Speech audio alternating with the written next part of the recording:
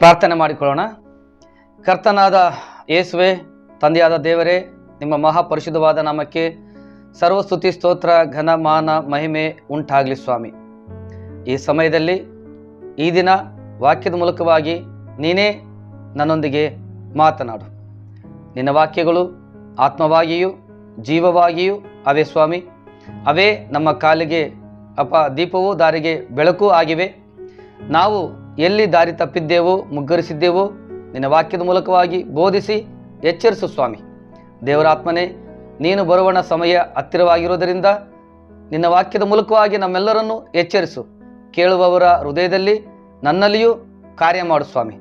ದೇವರಾತ್ಮನೇ, ನೀನೇ ಮಾತನಾಡು, ನೀನೇ ಬೋಧಿಸು, ಉಪದೇಶಿಸು, ರಹಸ್ಯಗಳನ್ನು ಗೂಢಾರ್ಥಗಳನ್ನು ತಿಳಿಯಪಡಿಸು ಸ್ವಾಮಿ. ನಾನೇನು ಅಲ್ಲ ಸ್ವಾಮಿ, ನಾನು ಕೇವಲ ನಿನ್ನ ಕೈಯಲ್ಲಿ ಒಂದು ಸಾಧನ. ನನ್ನನ್ನು ಉಪಯೋಗಿಸು. ದೇವರಾತ್ಮನೇ ಮಾತನಾಡು, ಪವಿತ್ರಾತ್ಮನೇ ಮಾತನಾಡು, ಯೇಸುವೇ ಮಾತನಾಡು. ನನ್ನನ್ನು, ಈ ವಾಕ್ಯ ಭಾಗವನ್ನು ಕೇಳುವವರನ್ನು, ಈ ಸಮಯವನ್ನು ನಿನ್ನ ಕೈಗೊಪ್ಪಿಸಿಕೊಟ್ಟು ಯೇಸು ಕ್ರಿಸ್ತನ ನಾಮದಲ್ಲಿ ಪ್ರಾರ್ಥಿಸ್ತೇನೆ ತಂದೆಯಾದ ಪರಲೋಕದ ದೇವರೇ, ಆಮೇನ್, ಆಮೇನ್. Okay, praise to God. ಕ್ರಿಸ್ತೇಸು ನಾಮದಲ್ಲಿ ನಿಮ್ಮೆಲ್ಲರಿಗೂ ಶುಭವಂದನೆಗಳು. ನಾನು ಸಹೋದರ Anjaneya Timothy. Welcome to Jesus gospel mission. ಈ ವಿಡಿಯೋ ಇಷ್ಟ ಆದರೆ ಲೈಕ್ ಮಾಡಿರಿ, ಅನೇಕರಿಗೆ ಶೇರ್ ಮಾಡಿರಿ, ಕಾಮೆಂಟ್ಸ್ ಮಾಡಿರಿ, ಸಬ್ಸ್ಕ್ರೈಬ್ ಮಾಡಿಕೊಳ್ಳೋದನ್ನು ಮರಿಬೇಡಿ. ಈ ದಿನದ ಸಂದೇಶ ಭಾಗವನ್ನು ನಾನು ನಿಮಗೆ ಮೊದಲನೇದಾಗಿ ಕಥೆ ರೂಪದಲ್ಲಿ ಹೇಳ್ತೀನಿ. ಆಮೇಲೆ ವಾಕ್ಯಗಳನ್ನು ಓದುತ್ತಾ ಧ್ಯಾನ ಮಾಡೋಣ. ಆದಾಮ ಅವಳಿಗೆ ಇಬ್ಬರು ಮಕ್ಕಳು. ಮೊದಲು ಹುಟ್ಟಿದ್ದು ಕಾಯಿನ, ಆಮೇಲೆ ಹುಟ್ಟಿದ್ದು ಏಬೇಲ. ಅವರು ದೊಡ್ಡವರಾದ್ಮೇಲೆ ಈ ಕಾಯಿನ ವ್ಯವಸಾಯಗಾರನಾಗ್ತಾನೆ, ಏಬೇಲ ಕುರಿ ಕಾಯೋನಾಗ್ತಾನೆ. ಕಾಲಾಂತರದಲ್ಲಿ ಹೊಲದ ಬೆಳೆ ಕೈ ಸಿಗುತ್ತೆ ಯಾರಿಗೆ? ಕಾಯಿನನಿಗೆ. ಆಗ ಕಾಯಿನ ಏನು ಮಾಡ್ತಾನೆ, ತಾನು ಬೆಳೆದಂಥ ಬೆಳೆಯಲ್ಲಿ ಕೆಲವನ್ನು ತಂದು ಯೆಹೋವನಿಗೆ ಸಮರ್ಪಿಸ್ತಾನೆ. ಅದೇ ರೀತಿಯಾಗಿ ಏಬೇಲ ತನ್ನ ಕುರಿ ಹಿಂಡಿನಿಂದ ಚೊಚ್ಚಲ ಕುರಿಗಳನ್ನು ತಂದು ಕುರಿಗಳ ಕೊಬ್ಬನ್ನು ಯೆಹೋವನಿಗೆ ಹೋಮ ಮಾಡ್ತಾನೆ. ಆಗ ಯೆಹೋವ ದೇವರು ಏಬೇಲನ ಯಜ್ಞವನ್ನು ಮೆಚ್ಚಿಕೊಳ್ತಾನೆ, ಕಾಯಿನನ ಯಜ್ಞವನ್ನು ಮೆಚ್ಚಿಕೊಳ್ಳಲ್ಲ. ಇದರಿಂದ ಕಾಯಿನನಿಗೆ ಕೋಪ ಬರುತ್ತೆ, ಅವನ ಮುಖ ಕಳೆಗುಂದುತ್ತೆ, ತಲೆ ತಗ್ಗಿಸ್ಕೊಂಡು ಮನೆಗೆ ಹೋಗ್ತಾನೆ. ಆಗ ದೇವರು ಕಾಯಿನನೊಟ್ಟಿಗೆ ಮಾತಾಡ್ತಾನೆ. ಕಾಯಿನನೇ, ನೀನು ಯಾಕೆ ಕೋಪಿಸ್ಕೊಂಡೆ? ಯಾಕೆ ನಿನ್ನ ತಲೆ ಬಗ್ಗಿತು? ನೀನು ಒಳ್ಳೆ ಕೆಲಸ ಮಾಡಿದರೆ ನಿನ್ನ ತಲೆ ಎತ್ತಲ್ಪಡ್ತಿತ್ತಲ್ಲ. ನೀನು ಹೀಗೆ ಮಾಡಿದ್ದರಿಂದ ಪಾಪವು ನಿನ್ನ ಮನೆ ಬಾಗಿಲಲ್ಲಿ ಹೊಂಚು ಹಾಕಿದೆ, ಅದನ್ನು ನೀನು ವಶಪಡಿಸಿಕೊಳ್ಳಲೇಬೇಕು ಅಂತ ಹೇಳ್ತಾನೆ. ಸ್ವಲ್ಪ ದಿನಗಳ ನಂತರ, ಅಂದರೆ ಕೆಲವು ದಿನಗಳ ನಂತರ ಕಾಯಿನ ಏಬೇಲನ ಹತ್ರ ಹೋಗಿ, ತಮ್ಮ ಅಡವಿಗೆ ಹೋಗೋಣ ಬಾ, ಸ್ವಲ್ಪ ಕೆಲಸ ಇದೆ, ನನ್ನ ಜೊತೆ ಬಾ ಅಂತ ಕರೀತಾನೆ. ತಮ್ಮ ಅಣ್ಣ ಅಲ್ವಾ, ಅಣ್ಣನ ಮೇಲೆ ನಂಬಿಕೆ ಇಟ್ಟು ಅಡವಿಗೆ ಹೋಗ್ತಾನೆ. ಅಲ್ಲಿಗೆ ಹೋದ್ಮೇಲೆ ಕಾಯಿನ ಏಬೇಲ್ ಮೇಲೆ ಬಿದ್ದು ಕೊಲೆ ಮಾಡಿಬಿಡ್ತಾನೆ. ಯಾರನ್ನ? ಏಬೇಲನ್ನ ಕೊಲೆ ಮಾಡಿಬಿಡ್ತಾನೆ. ಆಗ ದೇವರು ಕಾಯಿನನನ್ನ ಕೇಳ್ತಾನೆ, ಕಾಯಿನನೇ, ನಿನ್ನ ತಮ್ಮ ಎಲ್ಲಿ ಅಂತ. ಅವಾಗ ಕಾಯಿನ ಉತ್ತರ ಕೊಡ್ತಾನೆ, ನನ್ನ ತಮ್ಮನನ್ನು ಕಾಯುವವನು ನಾನರಿಯೆ ಅಂತ ಹೇಳ್ತಾನೆ. ಅದಕ್ಕೆ ದೇವರು ಹೇಳ್ತಾನೆ, ಕಾಯಿನನೇ, ನಿನ್ನ ತಮ್ಮನನ್ನು ನೀನು ಏನು ಮಾಡಿದೆ? ಅವನ ರಕ್ತ ಭೂಮಿಯ ಕಡೆಯಿಂದ ನನ್ನನ್ನು ಕೂಗಿಕೊಳ್ತಾ ಇದೆ. ಈಗ ಕೇಳು, ನೀನು ನಿನ್ನ ಕೈಯಿಂದ ನಿನ್ನ ತಮ್ಮನ ರಕ್ತವನ್ನು ಸುರಿಸಿದ್ದೀಯಲ್ಲ, ಆ ನಿನ್ನ ತಮ್ಮನ ರಕ್ತವನ್ನು ಕುಡಿದ ಈ ಭೂಮಿ ನಿನಗೆ ಬೆಳೆ ಕೊಡದಂತೆ ಶಾಪ ಬಂತು. ನೀನು ಬಿತ್ತಿದ್ರು ವ್ಯವಸಾಯ ಮಾಡಿದ್ರು ಈ ಭೂಮಿ ನಿನಗೆ ಬೆಳೆ ಕೊಡಲ್ಲ, ನೀನು ಜಾಗ ಖಾಲಿ ಮಾಡು, ಈ ಭೂಮಿನ ಬಿಟ್ಟು ಹೋಗ್ಬೇಕಂತ ನಿನಗೆ ಶಾಪ ಬಂತು ಅಂತ ದೇವ್ರು ಹೇಳ್ತಾನೆ. ಆ ಮಾತಿಗೆ ಕಾಯಿನನ ಅವಾಗ ಹೇಳ್ತಾನೆ, ದೇವರೇ, ನನ್ನ ಅಪರಾಧ ಜಾಸ್ತಿ ಆಗಿದೆ, ನನ್ನ ತಪ್ಪಾಗಿದೆ, ನೀನು ನನ್ನನ್ನು ಇಲ್ಲಿಂದ ಹೊರಡಿಸಿಬಿಟ್ರೆ ನನ್ನನ್ನು ಕಂಡವರು ಕೊಂದು ಬಿಡ್ತಾರೆ ಅಂತ ಬೇಡಿಕೊಳ್ತಾನೆ. ಆಗ ದೇವರು ಕಾಯಿನನ ಮೇಲೆ ಒಂದು ಗುರುತು ಇಟ್ಟು ಕಳಿಸ್ತಾನೆ. ಸೊ ಇದು ಕಾಯಿನನ ಸ್ಟೋರಿ. ಸೊ ಇವತ್ತು ನಾವು 3ನೇ ವಚನದಿಂದ 7ನೇ ವಚನ ತನಕ ಧ್ಯಾನ ಮಾಡೋಣ. ಆದಿಕಾಂಡ 4ನೇ ಅಧ್ಯಾಯ 3ನೇ ವಚನ ಓದಿಕೊಳ್ಳೋಣ. ಕಾಲಾಂತರದಲ್ಲಿ ಕಾಯಿನನು ಹೊಲದ ಬೆಳೆಯಲ್ಲಿ ಕೆಲವನ್ನು ತಂದು ಯೆಹೋವನಿಗೆ ಕಾಣಿಕೆಯಾಗಿ ಸಮರ್ಪಿಸಿದನು. ಓಕೆ, ಕಾಯಿನ ಈ ಸೃಷ್ಟಿ ಜಗತ್ತಿನಲ್ಲಿ ಮನುಷ್ಯರಿಗೆ ಮೊಟ್ಟ ಮೊದಲು ಹುಟ್ಟಿದ ಮನುಷ್ಯ ಕಾಯಿನ, ನಂತರ ಹುಟ್ಟಿದವನು ಏಬೇಲ. ಈ ಜಗತ್ತಿನಲ್ಲಿ ಅಂದರೆ ಈ ಸೃಷ್ಟಿ ಜಗತ್ತಿನಲ್ಲಿ ಮೊಟ್ಟ ಮೊದಲನೆಯ ಅಣ್ಣ ತಮ್ಮಂದಿರು ಕಾಯಿನ, ಹೇಬೇಲ. ಕಾಯಿನ ಎಂಬ ಹೆಸರಿಗೆ ವಶಪಡಿಸಿಕೋ ಅಥವಾ ಸ್ವಾಧೀನಪಡಿಸಿಕೋ ಅಂತ ಅರ್ಥ. ಏಬೇಲ ಎಂಬ ಹೆಸರಿಗೆ ಜೀವ ಅಥವಾ ಶ್ವಾಸ ಅಂತ ಅರ್ಥ ಬರುತ್ತೆ. ಈ ಕಾಯಿನ ದೇವರಿಗೆ ತಾನು ಬೆಳೆದಂಥ ಬೆಳೆಯಲ್ಲಿ ಕೆಲವನ್ನ ತಂದು ಯೆಹೋವನಿಗೆ ಹೋಮ ಮಾಡ್ತಾನೆ. ಅಂದರೆ ಆ ಕಾಲದಲ್ಲಿ ಯಾಜಕರು ಇರಲಿಲ್ಲ. ಹಾಗಾದ್ರೆ ಮತ್ತೆ ಕಾಯಿನನಿಗೆ ಏಬೇಲನಿಗೆ ದೇವರಿಗೆ ಯಜ್ಞ ಮಾಡ್ಬೇಕಂತ ಹೇಳ್ಕೊಟ್ಟವ್ರು ಯಾರು? ತಂದೆ ಹೇಳ್ಕೊಟ್ಟಿರ್ತಾನೆ. ಯಾರು? ಆದಾಮ. ಆದಾಮನ ನೋಡಿ ಮಕ್ಕಳು ಕಲ್ತಿದ್ದಾರೆ. ಸೊ ಹಾಗಾಗಿ ಈ ಕಾಯಿನ ವ್ಯವಸಾಯಗಾರನಾಗಿದ್ದರಿಂದ ಧಾನ್ಯ ನೈವೇದ್ಯ ಸಮರ್ಪಣೆ ಮಾಡಿದ, ಅಂದರೆ ಧಾನ್ಯ ಸಮರ್ಪಣೆ ಮಾಡಿದ. ನಾವು ಯಾಜಕ ಕಾಂಡ 2ನೇ ಅಧ್ಯಾಯದಲ್ಲಿ ನೋಡಿದಾಗ ಧಾನ್ಯ ಸಮರ್ಪಣೆ ಯಾವ ರೀತಿ ಮಾಡಬೇಕಂತ ಅಲ್ಲಿ ಡಿಟೇಲ್ ಆಗಿದೆ. ಗೋಧಿ ಹಿಟ್ಟಿನಿಂದನೇ ಧಾನ್ಯ ನೈವೇದ್ಯ ಮಾಡಬೇಕು. ಆದರೆ ಇಲ್ಲಿ ಕಾಯಿನನಿಗೆ ಧರ್ಮಶಾಸ್ತ್ರ ಆಗಲಿ ಯಾಜಕರಾಗಲಿ ಇಲ್ಲ. ತಾವೇ ಡೈರೆಕ್ಟ್ ಆಗಿ ಯಜ್ಞವೇದಿ ಕಟ್ಟಿ ಯಜ್ಞವೇದಿ ಮೇಲೆ ಹೋಮ ಮಾಡಬೇಕು. ಸೊ ಹಾಗಾಗಿ ತಾನು ಬೆಳೆದ ಬೆಳೆಯಲ್ಲಿ ಕೆಲವನ್ನು ತಂದು ತರಬೇಕಾಗಿದ್ದೇನು? ಪ್ರಥಮವಾದದ್ದನ್ನು, ಶ್ರೇಷ್ಠವಾದವುಗಳನ್ನು ತರಬೇಕು. ಕರೆಕ್ಟ್ ಅಲ್ವಾ? ಪ್ರಥಮ ಫಲವನ್ನು ಯೆಹೋವನಿಗೆ ಕೊಡಬೇಕು. ಆದರೆ ಇವನು ಮಾಡಿದ್ದೇನು? ಕೆಲವನ್ನ ತಂದು ಯೆಹೋವನಿಗೆ ಅರ್ಪಿಸ್ತಾನೆ. ಅಂದ್ರೆ ಇದರ ಅರ್ಥ ಕಾಯಿನ ದೇವರನ್ನ ಅಲಕ್ಷ್ಯ ಮಾಡಿದ. ಸತ್ಯವೇದದಲ್ಲಿ ಇದೇ ತರನೇ ಇಬ್ಬರು ವ್ಯಕ್ತಿಗಳಿದ್ದಾರೆ. ಏಲಿ ಮಕ್ಕಳು 1ನೇ ಸಮುವೇಲದಲ್ಲಿ 2ನೇ ಅಧ್ಯಾಯದಲ್ಲಿ 3ನೇ ಅಧ್ಯಾಯದಲ್ಲಿ ಅವ್ರು ಬರ್ತಾರೆ. ಓಪ್ನಿ, ಫಿನೆಹಾಸು. ಏಲಿ ಮಹಾಯಾಜಕನ ಮಕ್ಕಳು ಇವರಿಬ್ರು. ಇವರು ದೇವರಾಲಯದಲ್ಲಿ ಅಂದ್ರೆ ಗುಡಾರದಲ್ಲಿ ಯಾಜಕರಾಗಿದ್ದಾಗ ಇವ್ರ ಕೈ ಕೆಳಗೆ ಕೂಡ ಆಳುಗಳಿದ್ರು, ಯಾಜಕರಿದ್ರು. ಒಂದೊಂದು ಯಜ್ಞಕ್ಕೆ ಒಬ್ಬೊಬ್ಬ ಯಾಜಕನ ಇಟ್ಕೊಂಡಿದ್ರು. ಸೊ ಯಾಜಕರು ಯಜ್ಞ ಮಾಡುವಾಗ ಇವರಿಬ್ರು, ಯಾರು? ಓಪ್ನಿ, ಫಿನೆಹಾಸು, ಆಳುಗಳನ್ನ ಕಳಿಸ್ತಿದ್ರು. ಹೋಗಿ ಮಾಂಸ ಇಸ್ಕೊಂಡ್ ಬಾ, ನಾವು ಊಟ ಮಾಡ್ಬೇಕಂತಂದೆ. ಆ ಆಳು ಹೋಗಿ ಇನ್ನ ಬೇಯ್ತಾ ಇದ್ರು ಕೂಡ ತ್ರಿಶೂಲ ತಗೊಂಡು ಬಾಂಡ್ಲಿಯಲ್ಲಾಗ್ಲಿ ಪಾತ್ರೆಯಲ್ಲಾಗ್ಲಿ ಗಡಿಗೆಯಲ್ಲಾಗ್ಲಿ ಬೇಯ್ತಾ ಇದ್ರೆ ಅದನ್ನ ತ್ರಿಶೂಲದಿಂದ ಚುಚ್ಕೊಂಡು ತಗೊಂಡ್ ಬರ್ತಿದ್ದಂತೆ. ಅಂದ್ರೆ ಬಲವಂತವಾಗಿ ತಗೊಂಡ್ಬರಕ್ಕೆ ಇವರು ಆರ್ಡರ್ ಮಾಡ್ತಾ ಇದ್ರು ಆಳು ಹೋಗಿ ಅದೇ ರೀತಿಯಾಗಿ ಬಲವಂತವಾಗಿ ಯಾಜಕರ ಕೈಯಿಂದ ಕಸ್ಕೊಂಡು ಬರ್ತಾ ಇದ್ರು. ಇನ್ನ ಮುಖ್ಯವಾಗಿ ಹೇಳ್ಬೇಕಂದ್ರೆ ಈ ಕೊಬ್ಬನ್ನ ಹೋಮ ಮಾಡಿದ ಮೇಲೆ ಉಳಿದಂತ ಮಾಂಸವನ್ನ ಅಂದ್ರೆ ಸಮಾಧಾನ ಯಜ್ಞದಲ್ಲಿ ಕೊಬ್ಬನ್ನ ಯೆಹೋವನಿಗೆ ಮೊದಲು ಯಜ್ಞವಾಗಿ ಅರ್ಪಣೆ ಮಾಡಬೇಕು. ಈ ಕೊಬ್ಬು ದೇವರಿಗೆ ಅರ್ಪಣೆ ಆದ ನಂತರ ಆ ಸಮಾಧಾನ ಯಜ್ಞದ ಪಶುವಿನ ಎದೆ ಭಾಗ ಮತ್ತು ಬಲ ತೊಡೆ ಯಾಜಕನಿಗೆ ಅದು ಸಲ್ಲುತ್ತೆ. ಆದರೆ ಇವರು ಯಾಜಕ ಆ ಸಮಾಧಾನ ಯಜ್ಞದ ಪಶುವಿನ ಕೊಬ್ಬನ್ನ, ಪೂರ್ತಿ ಕೊಬ್ಬನ್ನ ಹೋಮ ಮಾಡಕ್ ಮುಂಚಿತನೇ, ಯಜ್ಞವೇದಿ ಮೇಲೆ ಯಜ್ಞ ಮಾಡಕ್ ಮುಂಚಿತನೇ ಹೋಗಿ ಇವ್ರು ಕಸ್ಕೊಂಡು ಬರ್ತಿದ್ರಂತೆ ಬಲವಂತವಾಗಿ. ಅಂದ್ರೆ ಪ್ರಥಮ ಸ್ಥಾನ ದೇವರಿಗೆ ಕೊಡದೆ ಇವರು ತಮ್ಮ ಹೊಟ್ಟೆಗೆ ಪ್ರಥಮ ಸ್ಥಾನ ಕೊಟ್ಟಿದ್ದಾರೆ. ಎಲ್ಲಿ? ದೇವದರ್ಶನ ಗುಡಾರದಲ್ಲಿ. ಯಾಜಕರ ಬಗ್ಗೆ ಮಾತಾಡ್ತಿರೋದು ನಾನು. ದುಷ್ಟರು ದೇವರನ್ನ ಅಲಕ್ಷ್ಯ ಮಾಡಿದ್ರು. ದೇವರಿಗೆ ಯಜ್ಞ ಮಾಡೋಕ್ಕಿಂತ ಮುಂಚಿತವಾಗಿ ತಮ್ಮ ಹೊಟ್ಟೆ ತುಂಬಿಸ್ಕೊಂಡ್ರು. ದೇವರಿಗೆ ಮೊದಲನೇ ಸ್ಥಾನ ಕೊಡೋಕ್ಕಿಂತ ಮುಂಚಿತವಾಗಿ ತಮಗೆ ಮೊದಲನೇ ಸ್ಥಾನ ಕೊಟ್ಕೊಂಡ್ರು. ದೇವರನ್ನ ಅಲಕ್ಷ್ಯ ಮಾಡಿದ್ರು. ಅದಕ್ಕೆ ದೇವರೇನ್ ಮಾಡಿದ? ಇವರನ್ನ ಫಿಲಿಸ್ಟಿಯರ ಕೈಗೆ ಒಪ್ಪಿಸಿಕೊಟ್ಟ. ಫಿಲಿಸ್ಟಿಯರು ಯುದ್ಧದಲ್ಲಿ ಇವರನ್ನ ಸಾಯಿಸಿಬಿಟ್ರು. ಇವ್ರ ತಂದೆ ಏಲಿ ಇವ್ರಿಗೆ ಬುದ್ಧಿ ಹೇಳ್ತಾನೆ, ಮನುಷ್ಯನಿಗೆ ಅಪರಾಧ ಮಾಡಿದ್ರೆ ದೇವರು ಮಧ್ಯಸ್ಥಿಕೆ ವಹಿಸ್ತಾನಪ್ಪ. ನೀವು ದೇವರಿಗೆ ಅಪರಾಧ ಮಾಡ್ತಿರಲ್ಲ, ಯಾರು ಮಧ್ಯಸ್ಥಿಕೆ ವಹಿಸ್ತಾರೆ ಅಂತ ಬುದ್ಧಿ ಹೇಳಿದ್ರು ಕೂಡ ತಂದೆ ಮಾತನ್ನ ಕೇಳಿಲ್ಲ. ದೇವರನ್ನ ಅಲಕ್ಷ್ಯ ಮಾಡಿದ್ರು. ದೇವರಿಗೆ ಕೊಡಬೇಕಾದ ಗೌರವ ಕೊಡಲಿಲ್ಲ. ದೇವರನ್ನ ಮೊದಲನೇದಾಗಿ ಸನ್ಮಾನಿಸಲಿಲ್ಲ. ಅಲಕ್ಷ್ಯ ಮಾಡಿದ್ದಕ್ಕೆ ಅವರಿಗೆ ಆ ಸ್ಥಿತಿ, ಆ ಗತಿ ಬಂತು. ಎಲ್ಲಿ ಆದಿಕಾಂಡದಲ್ಲಿ 4ನೇ ಅಧ್ಯಾಯದಲ್ಲಿ ಕಾಯಿನ ಕೂಡ ದೇವರಿಗೆ ಕೊಡೋ ವಿಷಯದಲ್ಲಿ ಅಲಕ್ಷ್ಯ ಮಾಡಿದ. ಕೆಲವರು ಕೂಡ ಇವತ್ತಿನ ಕಾಲದಲ್ಲಿ ದೇವರಿಗೆ ಕೊಡೋ ವಿಷಯದಲ್ಲಿ ಅಲಕ್ಷ್ಯ ಮಾಡ್ತಾರೆ. ಸತ್ಯವೇದ ಏನ್ ಹೇಳುತ್ತೆ? ಜ್ಞಾನೋಕ್ತಿ 3ನೇ ಅಧ್ಯಾಯ 9, 10ನೇ ವಚನ. ಕೆಲವು ವಾಕ್ಯಗಳು ನಮಗೆ ಗೊತ್ತಿದ್ರು ಕೂಡ ನಾವು ತಪ್ಪು ಮಾಡ್ತೀವಿ. ನಾನು ಸತ್ಯವೇದ ಏನು ಹೇಳುತ್ತೋ ಅದನ್ನೇ ಹೇಳ್ತೀನಿ.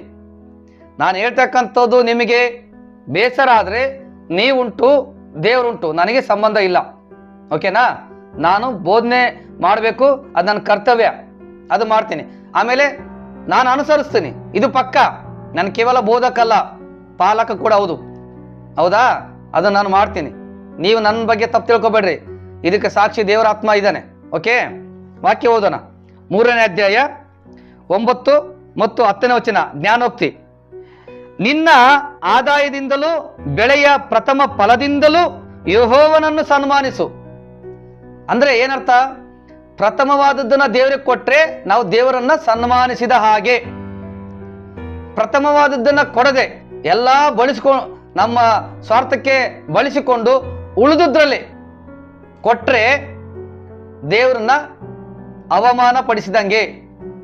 ನಿಮ್ಮಲ್ಲಿ ಯಾರಾದರೂ ನಿಮ್ಮ ಆದಾಯದಲ್ಲಿ, ಸ್ಯಾಲ್ರಿಯಲ್ಲೋ, ಬಿಸ್ನೆಸ್ ಅಲ್ಲೋ, ಹೊಲದ ಬೆಳೆಯಲ್ಲೋ ಮೊದಲು ಮನೆ ರೆಂಟು, ಮಕ್ಕಳಿಗೆ ಬಟ್ಟೆಗೆ, ಮೆಡಿಸಿನ್ಗೆ, ರೇಷನ್ಗೆ, ಅದಕ್ಕೆ ಇದಕ್ಕೆ, ಸ್ಕೂಲ್ ಫೀಸ್ಗೆ ಅಂತಂದೇಳಿ ತೆಗೆದಿಟ್ಟು ಉಳಿದಾಗ ಕೊಟ್ರೆ ಅದು ದೇವರಿಗೆ ಸಮರ್ಪಣೆ ಆಗಲ್ಲ. ಮೊದಲು ದೇವರಿಗೆ ಕೊಡಬೇಕು. ಸಮಯ ಆಗಲಿ, ದಶಮಾಂಶ ಆಗಲಿ, ಕಾಣಿಕೆ ಆಗಲಿ, ಏನೇ ಆಗಲಿ, ನಮ್ಮ ಜೀವನದಲ್ಲಿ ಪ್ರಥಮ ಸ್ಥಾನ ದೇವರಿಗೆ ಕೊಡಬೇಕು. ಅದನ್ನು ಕಲಿಬೇಕು. ಅವಾಗ ಉದ್ಧಾರ ಆಗ್ತೀವಿ ನಾವು. ಇದು 100% ಖಚಿತ. ದೇವರೇ ಹೇಳೇನ, ನನಗೆ ಕೊಟ್ಟು ಪರೀಕ್ಷೆ ಮಾಡ್ರಿ ಅಂತ. ನನಗೆ ಕೊಟ್ಟು ಪರೀಕ್ಷೆ ಮಾಡ್ರಿ, ಕದಿಬೇಡ್ರಿ ಅಂತ ಹೇಳಿದಾನೆ. ಕಾಯಿನ ಕದ್ದ, ಕೆಲವನ್ನ ತಂದು ಕೊಟ್ಟ. ಆ ರೀತಿಯಾಗಿ ನಾವು ಇರಬಾರ್ದು. ಅದಕ್ಕೆ ವಾಕ್ಯ ಹೇಳ್ತತೆ, ನಾವು ಕಾಯಿನಂತೆ ಇರಬಾರ್ದು, ಅವನ ಮಾರ್ಗ ಅನುಸರಿಸಬಾರ್ದು. ಕಾಯಿನನ ಮಾರ್ಗದಲ್ಲಿ ಕೆಲವರು ಇದ್ದಾರೆ. ಇವತ್ತು ಕಾಯಿನನ ಮಾರ್ಗದಲ್ಲಿ ಕೆಲವರು ಇದ್ದಾರೆ. ಏನು ಕಾಯಿನನ ಮಾರ್ಗ ಅಂದ್ರೆ? ದೇವರಿಗೆ ಕೊಡೋದ್ರಲ್ಲಿ ಶ್ರೇಷ್ಠವಾದದ್ದನ್ನ ತಾವಿಟ್ಕೊಂಡು ಕೇವಲವಾದದ್ದನ್ನ ಕೊಡೋರು ಇರ್ತಾರೆ. ನನಗೂ ಕೂಡ ಕೆಲವೊಂದು ಟೈಮಲ್ಲಿ ವಿಶ್ವಾಸಿಗಳು ಕೊಟ್ಟಿದ್ದಾರೆ ಕಾಣಿಕೆ. ಶ್ರೇಷ್ಠವಾದದ್ದನ್ನ ತಾವಿಟ್ಕೊಂಡು ಕೇವಲವಾದದ್ದು, ಕೆಲಸಕ್ಕೆ ಬರ್ದೇ ಇರ್ತಕ್ಕಂಥದ್ದು, ಹುಳ ಬೀಳುವಂಥದ್ದು ಕೊಡ್ತಾರೆ. ಬೇಡ, ಇದು ದೇವ್ರ ಮೆಚ್ಚಲ್ಲ. ಓಕೆನಾ? ನೀ ಕೊಡೋದು ಪಾಸ್ಟ್ರಿಗಲ್ಲ, ದೇವರಿಗೆ ಅನ್ನೋ ಜ್ಞಾನ ಇರಲಿ ಸಾಕು. ನೀವು ಯಾವಾಗ ಪಾಸ್ಟ್ರಿಗೆ ಕೊಡ್ತೀವಂತ ಅನ್ಕೊಳ್ತಿರೋ ಅವಾಗ ನೀವು ಕೇವಲವಾದದ್ದನ್ನೇ, ಕೆಟ್ಟೋಗಿರ್ತಕ್ಕಂಥದ್ದನ್ನೇ, ಹುಳ ಬಿದ್ದದ್ದನ್ನೇ, ಉಪಯೋಗಕ್ಕೆ ಬರದೇ ಇದ್ದದ್ದನ್ನೇ ಕೊಡ್ತೀರಿ. ಓಕೆ? ಅದಕ್ಕೆ ಆಶೀರ್ವಾದಗಳು ಬರ್ತಾ ಇಲ್ಲ. ನಂದೊಂದು ವಿಡಿಯೋ ಇದೆ, ಸಣ್ಣ ಪಾಪ ದೊಡ್ಡ ಆಶೀರ್ವಾದವನ್ನು ತಡೆಯುತ್ತೆ ಅಂತ. ಅದನ್ನು ನೋಡ್ರಿ. ಅದರಲ್ಲಿ ಪ್ರತಿ ವಿಷಯನ ಕ್ಲುಪ್ತವಾಗಿ, ಸ್ಪಷ್ಟವಾಗಿ ಹೇಳಿದ್ದೀನಿ. ನಾನು ವಿಡಿಯೋ ಪ್ರಮೋಷನ್ ಮಾಡ್ತೀನಿ ಅಂತ ಅನ್ಕೋಬೇಡಿ. ವಾಕ್ಯ ಹೇಳೋದು ನನ್ನ ಫ್ಯಾಷನು. ದೇವ್ರು ನನಗೇನು ಕೊಟ್ಟನೋ ಅದು ನಾನು ಕೊಡ್ತೀನಿ. ನಮಗೇನೇ ಇದ್ರೂ ಅದು ದೇವ್ರದು, ನಮ್ದಲ್ಲ. ವಾಕ್ಯ ಸ್ಪಷ್ಟವಾಗಿ ಹೇಳ್ತತೆ ಜ್ಞಾನೋಕ್ತಿಯಲ್ಲಿ. ನೋಡ್ರಿ, ನಿನ್ನ ಆದಾಯದಿಂದಲೂ ಬೆಳೆಯ ಪ್ರಥಮ ಫಲದಿಂದಲೂ ಯೆಹೋವನನ್ನು ಸನ್ಮಾನಿಸು. ಹೀಗೆ ಮಾಡಿದರೆ ನಿನ್ನ ಕಣಜಗಳು ಸಮೃದ್ಧಿಯಿಂದ ತುಂಬುವವು. ಆಶೀರ್ವಾದ ತಾನಾಗೆ ಬರುತ್ತೆ. ಆಶೀರ್ವಾದದಿಂದ ನೀನು ಓಡಬೇಡ, ಅದೇ ಓಡಿ ಬರುತ್ತೆ, ಅದೇ ನಿನ್ನ ಹತ್ರ ಬರುತ್ತೆ. ನಾವು ನಡ್ಕೊಳ್ಳೋ ರೀತಿ ಕರೆಕ್ಟ್ ಆಗಿದ್ರೆ ಸಾಕು. ಆಮೇಲೆ ತೋಟಗಳಲ್ಲಿ ದ್ರಾಕ್ಷಿ ರಸವು ತುಂಬಿ ತೊಳ್ಕೋಬಹುದು. ಸೊ ಇಲ್ಲಿ ಕಾಯಿನ ದೇವರನ್ನ ಅಲಕ್ಷ್ಯ ಮಾಡಿದ. ಪ್ರಥಮ ಸ್ಥಾನ ಕೊಡಲಿಲ್ಲ, ಪ್ರಥಮವಾದದ್ದನ್ನು ಕೊಡಲಿಲ್ಲ. ಅಲ್ಲಿ ಓಫ್ನಿ ಫಿನೆಯಾಸ್ ಅವರು ಕೂಡ ದೇವರನ್ನ ಅಲಕ್ಷ್ಯ ಮಾಡಿದ್ರು. ದೇವರು ಅವರನ್ನ ಆ ಯಾಜಕತ್ವದಿಂದನೇ ತೆಗೆದು ಬಿಟ್ಟ. ಅವ್ರ ವಂಶದವರಿಗೆ ಯಾಜಕತ್ವನೇ ಕೊಡಲ್ಲ ಅಂತಂದೇಳಿ ವಾಗ್ದಾನ ಮಾಡ್ತಾನೆ. ಅಲ್ಲಿ ಓದ್ರಿ, ಆ ವಾಕ್ಯ ಭಾಗ ಓದ್ರಿ, 1ನೇ ಸಮುವೇಲ ಗ್ರಂಥ ಓದ್ರಿ, ಗೊತ್ತಾಗುತ್ತೆ. ಇಲ್ಲಿ ದೇವರನ್ನ ಅಲಕ್ಷ್ಯ ಮಾಡಿ ಅಪರಾಧಿಯಾದ ಯಾರು? ಕಾಯಿನ. ಅಪರಾಧಿ ಸ್ಥಾನದಲ್ಲಿ ನಿಂತ್ಕೊಂಡ ಕಾಯಿನ. ಮುಂದಕ್ಕೆ ಹೋಗೋಣ. 4ನೇ ಅಧ್ಯಾಯ ಆದಿಕಾಂಡ 4ನೇ ವಚನ. ಏಬೇಲನು ಹಾಗೆಯೇ ತನ್ನ ಹಿಂಡಿನಿಂದ ಚೊಚ್ಚಲ ಕುರಿಗಳನ್ನು ಕಾಣಿಕೆಯಾಗಿ ತಂದು ಅವುಗಳ ಕೊಬ್ಬನ್ನು ಹೋಮ ಮಾಡಿದನು. ಇದು ತುಂಬಾ ಇಂಪಾರ್ಟೆಂಟು, ಇದನ್ನ ಗಮನ ಇಟ್ಟು ಕೇಳಿಸ್ಕೊಳ್ಳಿ. ಅವುಗಳ ಕೊಬ್ಬನ್ನು ಹೋಮ ಮಾಡಿದನು. ಯಾರು? ಏಬೇಲ. ಏಬೇಲನಿಗೆ ಯಾರು ಹೇಳಿದ್ರು ಕೊಬ್ಬನ್ನೇ ಹೋಮ ಮಾಡ್ಬೇಕಂತ? ತಂದೆನೇ ತಿಳಿಸಿಕೊಟ್ಟಿರ್ತಾನೆ. ಯಾರು? ಆದಾಮ. ತಂದೆ ಜಾಡಿನಲ್ಲೇ ಕಾಯಿನ ಏಬೇಲ ಇಬ್ಬರು ನಡೀತಾ ಇದ್ದಾರೆ. ಕೊಬ್ಬನ್ನ ಹೋಮ ಮಾಡ್ತಕ್ಕಂಥ ಯಜ್ಞ ಸತ್ಯವೇದದಲ್ಲಿ ಸಮಾಧಾನ ಯಜ್ಞ ಅಂತ ಕರೀತಾರೆ. ಸಮಾಧಾನ ಯಜ್ಞ. ಸಮಾಧಾನ ಯಜ್ಞ ಪಶುವಿನಲ್ಲಿ ಅದರ ಎಲ್ಲ ಕೊಬ್ಬನ್ನ ಯಜ್ಞವೇದಿ ಮೇಲೆ ಹೋಮ ಮಾಡಬೇಕು, ಕೊಬ್ಬು ಪೂರ್ತಿಯಾಗಿ. ಅದಕ್ಕೆ ವಾಕ್ಯ ಹೇಳ್ತತೆ, ಕೊಬ್ಬೆಲ್ಲ ನನ್ನದು, ಕೊಬ್ಬೆಲ್ಲ ನನ್ನದು. ಆ ರೀತಿಯಾಗಿ ಕೊಬ್ಬನ್ನ ಯಜ್ಞವೇದಿ ಮೇಲೆ ಹೋಮ ಮಾಡಿದ್ರೆ ಅದು ದೇವರಿಗೆ ಸುವಾಸನೆಯುಳ್ಳ ಆಹಾರ ಆಗುತ್ತೆ. ಯಾಜಕ ಕಾಂಡ 3ನೇ ಅಧ್ಯಾಯ 11ನೇ ವಚನ 16ನೇ ವಚನ ನೀವು ಓದ್ಕೊಳ್ರಿ. ಇದು ಧರ್ಮಶಾಸ್ತ್ರದಲ್ಲಿದೆ. ಆದ್ರೆ ಏಬೇಲ ಇದ್ದಾಗ ಧರ್ಮಶಾಸ್ತ್ರ ಇದ್ದಿಲ್ಲ, ಯಾಜಕ ಇದ್ದಿಲ್ಲ. ಮತ್ತೆ ಯಾರು ಹೇಳ್ಕೊಟ್ರು? ಭಕ್ತಿ, ದೇವರ ಕಲೆಕ್ಷನ್, ತಂದೆ. ಇನ್ನೊಂದು, ಈ ಕೊಬ್ಬು ಏನ್ ಸೂಚಿಸ್ತತೆ? ಕೊಬ್ಬು ಏನನ್ನ ಸೂಚಿಸ್ತತೆ? ನಮ್ಮ ಕಡೆ ಕೆಲವು ಕಡೆ ಭಾಷೆ ಅಂದ್ರೆ ನಮ್ಮ ಕಡೆ ಕೂಡ ಅದೇ ರೀತಿ ಮಾತಾಡ್ತಾರೆ. ಏನಂತ? ಬಹಳ ಕೊಬ್ಬೈತಿ ನಿನಗೆ ಅಂತ ಹೇಳ್ತಾರೆ. ಬಹಳ ಕೊಬ್ಬಿಲೆ ಮೆರಿತಿ ಅಂತ ಹೇಳ್ತಾರೆ. ನಿನ್ನ ಕೊಬ್ಬು ಕರಗಿಸ್ಬೇಕು ಅಂತ ಹೇಳ್ತಾರೆ. ಯಾಕೆ ಮಾತು ಹೇಳ್ತಾರೆ? ಕೊಬ್ಬು ಸೊಕ್ಕಿಗೆ ಸಮಾನ. ಕೊಬ್ಬು ದುರಂಕಾರಕ್ಕೆ ಹೋಲಿಕೆ, ಕೊಬ್ಬು ಅಹಂಕಾರಕ್ಕೆ ಹೋಲಿಕೆ. ಸತ್ಯವೇದದಲ್ಲಿ ಕೀರ್ತನೆ 5ನೇ ಅಧ್ಯಾಯ 5ನೇ ವಚನದಲ್ಲಿ ಹೇಳುತ್ತೆ, ಸೊಕ್ಕಿನವರು ದೇವರೇ ಯೆಹೋವನೇ, ಸೊಕ್ಕಿನವರು ನಿನ್ನ ಸನ್ನಿಧಿಯಲ್ಲಿ ನಿಲ್ಲಲಾರರು. ಈ ಪರಲೋಕದಲ್ಲಿ ಲೂಸಿಫರ ಇದ್ದ. ಅವನು ಗರ್ವದಿಂದ ಮೆರೆದ, ದೇವರಿಗೆ ಆರಾಧಕನಾಗಿದ್ದ, ಆರಾಧನೆ ಲೀಡರ್ ಆಗಿದ್ದ.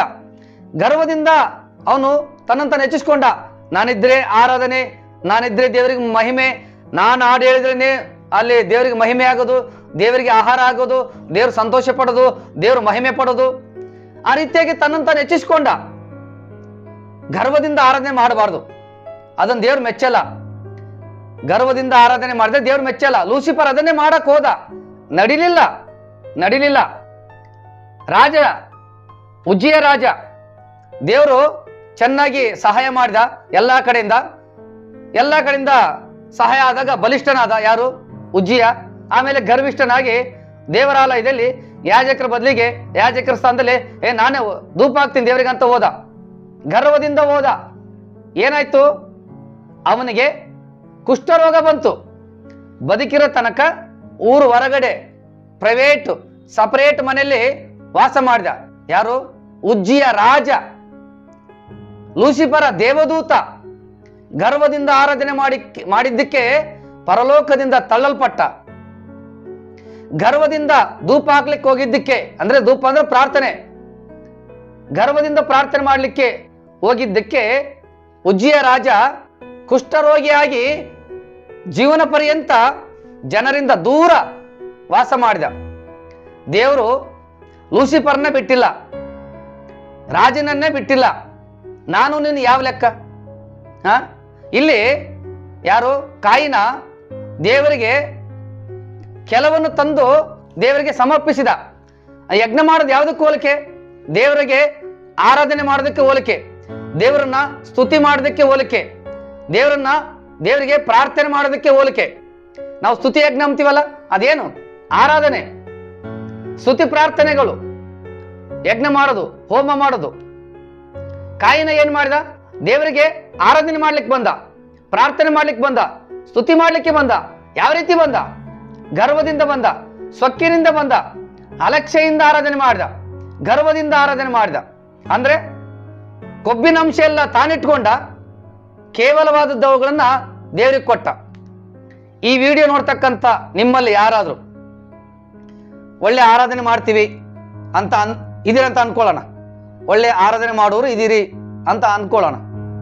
ಒಳ್ಳೆ ಸ್ವರ ಐತೆ, ಸೂಪರ್ ಆಗಿ ಹಾಡು ಹೇಳ್ತೀರಾ, ರಾಗದಿಂದ ಹಾಡು ಹೇಳ್ತೀರಾ, ಓಕೆ, ದೇವ್ರು ನಿಮಗೆ ವರ ಕೊಟ್ಟನೆ ಆಡ್ರಿ. ಆದ್ರೆ ಸ್ಟೇಜ್ ಮೇಲೆ ನಿಂತ್ಕೊಂಡು ನನ್ನಿಂದಲೇ ಈ ಆಲಯದಲ್ಲಿ ಆರಾಧನೆ, ನಾನಿದ್ರೇನೆ ಆರಾಧನೆ, ನಾನಿದ್ರೇನೆ ಇವತ್ತು ಸರ್ವಿಸ್ ನಡೀತತೆ, ನಾನು ಚೆನ್ನಾಗಿ ಆರಾಧನೆ ಮಾಡ್ತೀನಿ, ನಾನು ಚೆನ್ನಾಗಿ ಹಾಡು ಹೇಳ್ತೀನಿ, ನನಗೆ ಒಳ್ಳೆ ಸ್ವರ ಐತೆ, ನನಗಿದ್ದಂಗೆ ಯಾರಿಗಿಲ್ಲ ಅಂತ ಗರ್ವ ಪಟ್ರೆ, ನೆನ್ಪಿಟ್ಕೊಳ್ಳಿ, ನೀವು ಈ ಕಾಯಿನನ ಮಾರ್ಗದಲ್ಲಿ ಇದ್ದೀರಿ ಅಂತ ಅರ್ಥ ಇಲ್ಲ, ಆ ಲೂಸಿಫರ್ನ ಮಾರ್ಗದಲ್ಲಿ ಇದ್ದೀರಿ ಅಂತ ಅರ್ಥ. ಲೂಸಿಫರ್ನ ಆತ್ಮ ನಿಮ್ಮಲ್ಲಿ ಐತೆ ಅಂತ ಅರ್ಥ. ಗರ್ವದಿಂದ ಆರಾಧನೆ ಮಾಡಬಾರ್ದು ದೇವರಿಗೆ. ಆತ್ಮದಿಂದಲೂ ಸತ್ಯದಿಂದಲೂ ಆರಾಧನೆ ಮಾಡಬೇಕು. ಗರ್ವದಿಂದ ಪ್ರಾರ್ಥನೆ ಮಾಡಬಾರ್ದು. ವಿಧೇಯತೆಯಿಂದ, ದೀನತೆಯಿಂದ, ತಗ್ಗಿಸಿಕೊಂಡವರಾಗಿ, ಕುಗ್ಗಿದವರಾಗಿ, ಕುಗ್ಗಿದ ಮನಸ್ಸೇ ದೇವರಿಗೆ ಇಷ್ಟ ಯಜ್ಞ ಅಂತ ವಾಕ್ಯ ಐತಲ್ಲ, ಕುಗ್ಗಿದ ಮನಸ್ಸುಳ್ಳವರಾಗಿ ಪ್ರಾರ್ಥನೆ ಮಾಡಬೇಕು, ದೀನತೆ ಉಳ್ಳವರಾಗಿ ದೇವರಿಗೆ ಆರಾಧನೆ ಮಾಡಬೇಕು. ಸ್ಟೇಜ್ ಮೇಲೆ ನಿಂತ್ಕೊಂಡು ಗರ್ವದಿಂದ ನನ್ನಿಂದಲೇ ಆರಾಧನೆ, ನಾನೊಬ್ಬನೇ ಚೆನ್ನಾಗಿ ಮಾಡೋದು ಬೇಡ. ಗರ್ವದಿಂದ ವರ್ತಿಸಬೇಡ್ರಿ. ಅನ್ಯ ಜಾತಿಯಲ್ಲಿ ಕೆಲವರು ನೋಡಿ ಕಲ್ತ್ಕೊಳ್ರಿ. ಅನ್ಯ ದೇವರುಗಳಿಗೆ ಆರಾಧನೆ ಮಾಡ್ತಾರೆ.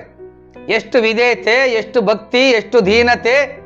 ನಿಮಗಿಂತ ಸುಂದರವಾಗಿ ಹಾಡು ಹೇಳ್ತಾರೆ, ನಿಮ್ಗಿಂತ ಟ್ಯಾಲೆಂಟ್ ಆಗಿ ಅವ್ರು ಹಾಡು ಹೇಳ್ತಾರೆ, ನಿಮ್ಗಿಂತ ಚೆನ್ನಾಗಿ ಅವ್ರ ದೇವರುಗಳಿಗೆ ಅವ್ರು ಆರಾಧನೆ ಮಾಡ್ತಾರೆ. ಅವರು ನೋಡಿ ಸ್ವಲ್ಪ ಕಲೀರಿ. ಲೂಸಿಫರ್ ಅಂತರ ವರ್ತನೆ ಮಾಡಬೇಡಿ. ಅದು ನಿಮಗೆ ಒಳ್ಳೇದು, ಅದು ನಿಮಗೆ ಒಳ್ಳೇದು. ಗರ್ವಿಷ್ಠರನ್ನ ದೇವರು ಎದುರಿಸ್ತಾನೆ. ಲೂಸಿಫರ್ನೇ ಬಿಟ್ಟಿಲ್ಲ. ನಾವ್ಯಾ ಲೆಕ್ಕ? ನಿನಗೇನೇ ಕೊಟ್ಟಿರ್ಲಿ, ಆ ಜ್ಞಾನ, ಆರಾಧನೆ ವರ, ಹಾಡಿನ ವರ, ಕಂಠ, ಸ್ವರ, ಅದು ನಿಂದಲ್ಲ, ಅದು ದೇವ್ರದು. ಓಕೆ, ದೇವ್ರದು. ಮುಂದಕ್ಕೆ ಹೋಗೋಣ. ಕೊಬ್ಬು ನಮ್ಮಲ್ಲಿದ್ರೆ, ಅಂದ್ರೆ ಸೊಕ್ಕು ನಮ್ಮಲ್ಲಿದ್ರೆ, ಒಂದು ಉದಾಹರಣೆ ಹೇಳ್ತೀನಿ. ಒಂದು ಬೆಂಕಿ ಕಡ್ಡಿ ತಗೊಳ್ರಿ, ಅದರ ತುದಿಯಲ್ಲಿ ಮದ್ದಿರುತ್ತೆ. ಅದನ್ನ ಗೀಚಿ ಕಾಡಿಗೆ ಬೆಂಕಿ ಹಚ್ಚಿದ್ವಿ ಅಂತ ಇಟ್ಕೊಳ್ಳೋಣ. ಒಂದು ಬೆಂಕಿ ಕಡ್ಡಿಯಿಂದನೇ ಕಾಡಿಗೆ ಬೆಂಕಿ ಹಚ್ಚಿದ್ವಿ ಅಂತ ಇಟ್ಕೊಳ್ಳೋಣ. ಇಡೀ ಕಾಡು ಸುಟ್ಟೋಗುತ್ತಲ್ಲ, ಇಡೀ ಕಾಡು ಸುಟ್ಟೋಗುತ್ತೆ. ಈಗ ಆ ಬೆಂಕಿ ಕಡ್ಡಿಗೆ ಮದ್ದು ಹಚ್ಚಿದ್ವಲ್ಲ, ಆ ಮದ್ದು ಹಚ್ಚಲಿಕ್ಕೆ ಬೆಂಕಿ ಕಡ್ಡಿ ಎಲ್ಲಿಂದ ಬಂತು? ಅದೇ ಕಾಡಿನಲ್ಲಿ ಯಾವುದೋ ಒಂದು ಮರದಿಂದನೇ ಆ ಕಡ್ಡಿ ಬಂದಿದ್ದು. ಆ ಕಡ್ಡಿ ಆಗೋದಕ್ಕಿಂತ ಮುಂಚೆ ಅದು ಮರ ಆಗಿ ಆ ಅಡವಿಯಲ್ಲಿತ್ತು, ಆ ಕಾಡಿನಲ್ಲಿತ್ತು. ಆ ಕಾಡಿನಿಂದ ಆ ಮರ ಕಡ್ಕೊಂಡು ಬಂದು ಅದನ್ನ ಈ ರೀತಿಯಾಗಿ ಕಡ್ಡಿ ಮಾಡಿ ಅದನ್ನ ಬೆಂಕಿ ಕಡ್ಡಿ ಮಾಡ್ತಾರೆ. ಅದರಿಂದನೇ ಆ ಕಾಡಿಗೆ ಬೆಂಕಿ ಹಚ್ಚಿದ್ರೆ ಚಿಕ್ಕ ಕಡ್ಡಿ ಇಡೀ ಕಾಡನ್ನೇ ಸುಟ್ಟಾಕ್ತು. ಮೊದಲು ಆ ಕಡ್ಡಿ ಎಲ್ಲಿತ್ತು? ಅದೇ ಅಡವಿಯಲ್ಲಿ ಒಂದು ಮರವಾಗಿತ್ತು, ಒಂದು ಮರದಲ್ಲಿತ್ತು. ಅಲ್ಲಿಂದನೇ ಬಂದು ಅದೇ ಕಾಡನ್ನ ಸುಟ್ಟಾಕ್ತು ಬೆಂಕಿ ಕಡ್ಡಿ. ಅದೇ ರೀತಿಯಾಗಿ ನಮ್ಮಲ್ಲಿ ಇರುವಂತ ಅಹಂಕಾರ, ಗರ್ವ, ಸೊಕ್ಕು ಚಿಕ್ಕ ಬೆಂಕಿ ಕಡ್ಡಿ ತರ ಇದ್ರೂ ಕೂಡ ಈ ದೇಹ ಎಂಬ ಕಾಡನ್ನ, ಈ ದೇಹ ಎಂಬ ಅರಣ್ಯನ ಸುಟ್ಟ ಹಾಕ್ಲಿಕ್ಕೆ ಚಾನ್ಸಸ್ ಇದೆ. ಸೊ ಸೊಕ್ಕಿನ ವಿಷಯದಲ್ಲಿ, ಅಂದ್ರೆ ಗರ್ವದ ವಿಷಯದಲ್ಲಿ ಜಾಗೃತಿಯಾಗಿರಿ. ಇಲ್ಲಿ ಹೇಬೇಲ ಕೊಬ್ಬನ್ನ ಹೋಮ ಮಾಡಿದೆ ಅಂದ್ರೆ ಏನ್ ತೋರಿಸ್ಕೊಳ್ತತೆ? ಹೇಬೇಲ ನಾನು ದೀನನು, ನಾನು ತಗ್ಗಿಸಿಕೊಳ್ಳುವವನು, ನಾನು ಸೊಕ್ಕಿನವನಲ್ಲ ಅಂತ ತೋರಿಸ್ಕೊಳ್ತತೆ. ನೋಡ್ರಿ, ವಿಧೇಯತೆಯಿಂದ ಯಜ್ಞ ಮಾಡ್ತಾ ಇದ್ದಾನೆ, ನಂಬಿಕೆಯಿಂದ ಮಾಡ್ತಾ ಇದ್ದಾನೆ ಆರಾಧನೆ ದೇವ್ರನ್ನ. ಅಬ್ರಹಾಮ ತನ್ನ ಬಳಿಗೆ ದೇವರು ದೇವದೂತರು ಪುರುಷರ ರೂಪದಲ್ಲಿ ಬಂದಾಗ ಕೊಬ್ಬಿದ ಕರುವನ್ನ ಕೊಯ್ಸಿದ. ಯಾಕೆ? ನಾನು ಕೊಬ್ಬಿನವನಲ್ಲ, ನಾನು ಗರ್ವದವನಲ್ಲ, ನಾನು ಕೊಬ್ಬನ್ನ ಬಿಡ್ತೀನಿ, ಸೊಕ್ಕನ್ನ ಬಿಡ್ತೀನಿ, ದೀನನಾಗಿ ನಡು ಬಗ್ಗಿಸಿಕೊಂಡು ಅವ್ರಿಗೆ ಸೇವೆ ಮಾಡಿದ. ದಾರಿಗೆ ಹೋಗ್ತಕ್ಕಂಥ 3 ಪುರುಷರಿಗೆ ಆಮೇಲೆ ಗೊತ್ತಾಯ್ತು ಅವ್ರು ದೇವರು ದೇವದೂತ್ರ ಅಂತ. ಅದರ ಅರ್ಥ ಏನು? ದೀನನಾಗಿ ವರ್ತಿಸ್ಬೇಕು ಅಂತ ಅರ್ಥ. ತಪ್ಪಿ ಹೋದ ಮಗ ತಿರುಗಿ ಬಂದಾಗ ತಂದೆ ಕೊಬ್ಬಿದ ಕರುವನ್ನು ಕೊಯ್ಸಿದ, ಔತಣ ಮಾಡಿಸಿದ. ಅದು ಏನ್ ತೋರಿಸ್ತತೆ? ನನ್ನ ಮಗ ಈಗ ಸೊಕ್ಕನ್ನ ಬಿಟ್ಟಿದ್ದಾನೆ. ಮೊದಲು ಸೊಕ್ಕಿನಿಂದ ಮೆರೆದ, ಗರ್ವದಿಂದ ಮೆರೆದ, ನನ್ನಿಂದ ಆಸ್ತಿ ತಗೊಂಡು ದೇಶ ಬಿಟ್ಟು ಹೋದ, ಪಟ್ಟಿಂಗನಾಗಿ ಬದುಕಿದ. ಈಗ ಅವನು ಕುಗ್ಗಿದ್ದಾನೆ, ತಗ್ಗಿಸ್ಕೊಂಡಿದ್ದಾನೆ, ಕೊಬ್ಬೆಲ್ಲ ಕರಗಿದೆ, ಕೊಬ್ಬು ಕರಿಗೋಗಿದೆ. ಇವಾಗ ಅವನು ಕೊಬ್ಬಿಲ್ಲ, ಅವನು ಸೊಕ್ಕಿಲ್ಲ, ಅವನು ದೀನನಾಗಿದ್ದಾನೆ, ತಗ್ಗಿಸಿಕೊಂಡು ನನ್ನ ಹತ್ರ ಬಂದಿದ್ದಾನೆ, ಕೊಬ್ಬು ಬಿಟ್ಟು ಬಂದಿದ್ದಾನೆ. ಹಾಗಾಗಿ ಕೊಬ್ಬಿದ ಕರುವನ್ನು ಕೊಯ್ದು ಔತಣ ಮಾಡಿಸಿದ. ಅದರ ಅರ್ಥ ಏನು? ದೀನತೆ ಅಂತ ತೋರಿಸುತ್ತೆ. ಕೊಬ್ಬು ದೇವರಿಗೆ ಸಮರ್ಪಣೆ, ದೇವರಿಗೆ, ನಮಗಿರಬಾರ್ದು, ನಮಗೆ ಸೊಕ್ಕು ಇರಬಾರ್ದು. ಗರ್ವ, ಅಹಂಕಾರ, ಅಹಂಭಾವ ದೇವರಿಗಿದ್ರೆ ಅದು ಒಪ್ಪಬಹುದು, ಅದು ದೇವ್ರದು, ನಮ್ದಲ್ಲ. ಮನುಷ್ಯರಿಗಿರಬಾರ್ದು. ಬಹಳ ಜಾಗೃತಿಯಾಗಿರಬೇಕು. ಮುಂದಕ್ಕೆ ಹೋಗೋಣ. ಆದಿಕಾಂಡ 4ನೇ ಅಧ್ಯಾಯ 5ನೇ ವಚನ. ಯೆಹೋವನು ಏಬೇಲನನ್ನು ಅವನ ಕಾಣಿಕೆಯನ್ನು ಮೆಚ್ಚಿ ಕಾಯಿನನನ್ನು ಅವನ ಕಾಣಿಕೆಯನ್ನು ಮೆಚ್ಚಲಿಲ್ಲ. ಇದರಿಂದ ಕಾಯಿನನು ಬಹು ಕೋಪಗೊಂಡನು, ಅವನ ಮುಖವು ಕಳೆಗುಂದಿತು. ಇಲ್ಲಿ ಇಬ್ರು ಇದ್ದಾರೆ, ಕಾಯಿನ ಹೇಬೇಲ, ಅಣ್ಣ ತಮ್ಮಂದ್ರು ಇಬ್ರು ಯೆಹೋವನಿಗೆ ಹೋಮ ಮಾಡಿದ್ದಾರೆ. ಆದರೆ ದೇವರು ಏಬೇಲನ ಯಜ್ಞವನ್ನು ಮೆಚ್ಚಿಕೊಂಡ. ಯಾಕೆ? ಪ್ರಥಮ ಫಲವನ್ನು ಕೊಟ್ಟ. ಯಾರಿಗೆ? ದೇವರಿಗೆ. ದೇವರು ಮೆಚ್ಚಿಕೊಳ್ಬೇಕಂದ್ರೆ ಏನಿರಬೇಕು? ಮೊಟ್ಟ ಮೊದಲನೇದಾಗಿ ನಂಬಿಕೆ ಇರಬೇಕು. ಕಾಯಿನ ಯಾರು? ಏಬೇಲನಿಗೆ ಇದ್ದಿದ್ದೇನು? ಏಬೇಲನಿಗೆ ದೇವರ ಮೇಲೆ ನಂಬಿಕೆ ಇತ್ತು. ನಂಬಿಕೆ ಇಲ್ಲದೆ ದೇವರನ್ನು ಮೆಚ್ಚಿಸಲು ಅಸಾಧ್ಯ ಅಂತ ವಾಕ್ಯ ಹೇಳುತ್ತಲ್ಲ. ಹೇಬೇಲ್ಗಿದ್ದೇನು? ನಂಬಿಕೆ ಮೊದಲನೇದಾಗಿ. ಎರಡನೇ ಕ್ಯಾರೆಕ್ಟರು ಆ ನಂಬಿಕೆ ಇದ್ದಿದ್ರಿಂದ ದೇವರಿಗೆ ಪ್ರಥಮ ಫಲವನ್ನ, ಚೊಚ್ಚಲ ಕುರಿಮರಿಗಳನ್ನ ತಂದು, ಶ್ರೇಷ್ಠವಾದದ್ದನ್ನ ತಂದು ದೇವರಿಗೆ ಯಜ್ಞ ಮಾಡಿದ, ಹೋಮ ಮಾಡಿದ. ಮೂರನೇದು, ದೇವರ ಮುಂದೆ ಹೇಬೇಲ ದೀನನಾಗಿ ನಡ್ಕೊಂಡ, ಭಯಭಕ್ತಿಯಿಂದ ನಡ್ಕೊಂಡ. ಯಾರು? ಹೇಬೇಲ. ಅದಕ್ಕೆ ದೇವರು ಹೇಬೇಲನ ಯಜ್ಞವನ್ನು ಮೆಚ್ಚಿದ. ದೇವರು ನಮ್ಮನ್ನ ಮೆಚ್ಚಬೇಕಂದ್ರೆ ಕೂಡ ನಾವು ದೇವರ ಮೇಲೆ ನಂಬಿಕೆ ಇಟ್ಟಿವಂದ್ರೆ ಆ ನಂಬಿಕೆಯನ್ನ ಕ್ರಿಯೆಗಳಲ್ಲಿ ತೋರಿಸ್ಬೇಕು. ಆತ್ಮವಿಲ್ಲದೆ ದೇಹ ಹೇಗೆ ಸತ್ತದ್ದಾಗಿದೆಯೋ ಅದೇ ರೀತಿಯಾಗಿ ಕ್ರಿಯೆಗಳಿಲ್ಲದ ನಂಬಿಕೆಯು ಕೂಡ ಸತ್ತದ್ದೇ ಅಂತ ವಾಕ್ಯ ಹೇಳುತ್ತಲ್ಲ.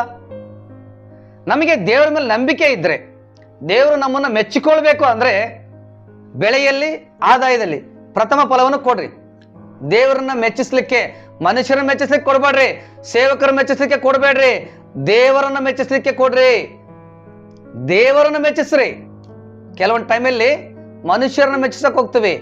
ಮನುಷ್ಯರನ್ನ ಮೆಚ್ಚಿಸಕ್ ಹೋದ್ರೆ ಲಾಭ ಇಲ್ಲ, ನಷ್ಟನೇ.